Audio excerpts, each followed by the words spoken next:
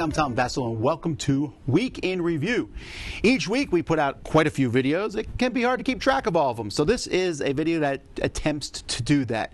In a sense where we're going to go back, tell you this is what we think about the games and such, and then you're like, oh, I want to see the full review on that. Well, fear not, the link to that video is in the description below. So let's get started. Hey everybody, Garcia here. So last week I reviewed three things. I reviewed a card game called Godforsaken Scavengers, which I rate a 2.5 out of 10.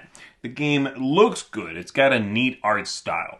And that's about the only thing it's got going for it. It is a thematically overwrought yet obtuse and abstracted but very in-depth card game that is seemingly has a lot of choices. You can play many scenarios, etc., etc., but it's basically a game in which you top deck a card and see if you survive. It is largely going to be an exercise in maybe not frustration, but boredom and confusion. So that's Godforsaken Scavengers. I reviewed Taiwan Monsters Brawl, which I rate a 6 out of 10. And this is a neat game, dice-driven game, in which you are going to be fighting the other players at the table. The coolest thing here is this sort of combat grid on your monster board, in which you are going to place tokens into this grid and then activate for your turn either a line or a column that's filled and take special abilities, rolling dice, trying to get the most victory points. It's neat. It's a little on the obtuse side. It's quirky. It kind of feels in many ways like King of Tokyo, but you know, being sort of attacked from a completely new and different point of view, so it's a little more impenetrable. But I enjoyed it. I thought it was a cool design. It's got a very neat theme and concept, and it's a charming game.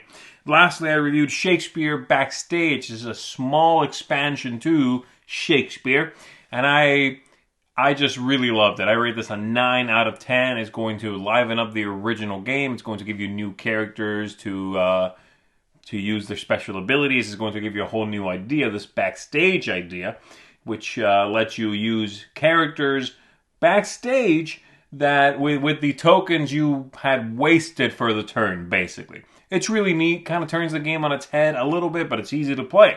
Implements quickly, you know. I really like it. I wouldn't play the game without it at this point. So there you go. That's it for me, everybody. I'm Garcia. I'll see you on the next one. This week I took a look at the Doctor Strange hero pack for Marvel Champions. Definitely an interesting hero with his evocation deck where he's going through all these different spells and trying to mix it up and make combos to play those spells over and over again. It got a 8.5 for me. Definitely highly recommend it if you enjoy Marvel Champions.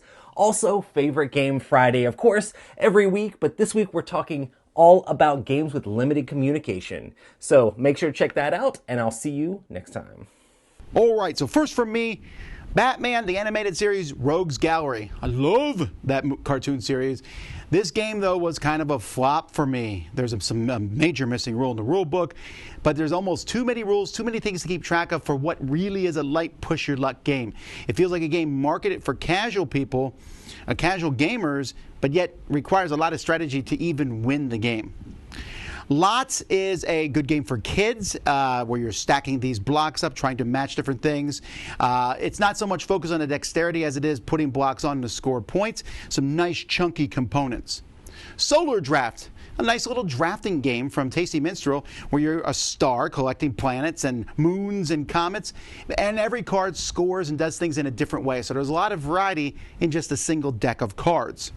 Panic Diner. Quickly grab dishes as fast as you can and throw them in the sink to wash them. But at the same time, it's a speed game, a cooperative speed game, which has some neat things I haven't seen in other speed games. Monster Matches is a fun game for kids about matching the different monsters out there using fun, cute artwork.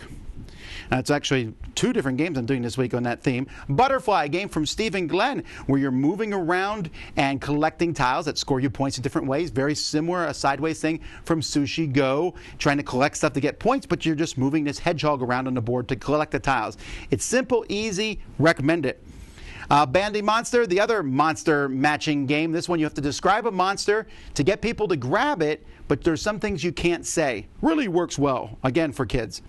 Super Punch Fighter, a silly fighting game from Tasty Minstrel where you're just pressing buttons and attacking each other, running around, getting points that way. It's fast, it's furious, it has a sense of very lighthearted fun, bringing an arcade game to your board. Half Truth, a fantastic little party game. Well, little, I guess it's a decent sized one, from Richard Garfield and Ken Jennings put this together, where there's 6 answers, 3 of them are false, 3 of them are true. You got to figure out which ones, but you can push your luck a little. Godspeed. This is a big, grandiose game from Pandasaurus in which you have established a colony on a planet somewhere else, your country, and each country is fighting each other using worker placement, a little bit of negotiation. There's some neat things I haven't seen in games before and really cool production. And then High Rise, a great game from Gil Hova, moving around the board, one of my favorite mechanisms. The person in last place can move as far as they want, but always the person last goes, so you can make multiple turns, but there's that angst as you're like, I want to get this thing far out there. You're building skyscrapers. It's a great theme, a lot of fun. Definitely check it out. For my What's Happening, playing different apps, I played Imperial Settlers Roll and Write, Viticulture, and continued my campaign in Charterstone, so you can go watch those. My series 10,000 and Below, which I finally have gotten under control this week. You'll see what I mean if you watch the first one. And we got back our daily unboxings. So the most boring unboxings in the world, not daily unboxings are on another channel, but the most boring unboxing in the world, those are back because games are starting to flow in again that we can talk about. And of course, crowd surfing, where we talked about Kickstarter projects happened this week, and our daily chats, which are still happening every night at 9 p.m. Alrighty, well, thank you so much for joining us for Week in Review. I'm Tom Vasel. We'll see y'all next time. Have fun gaming.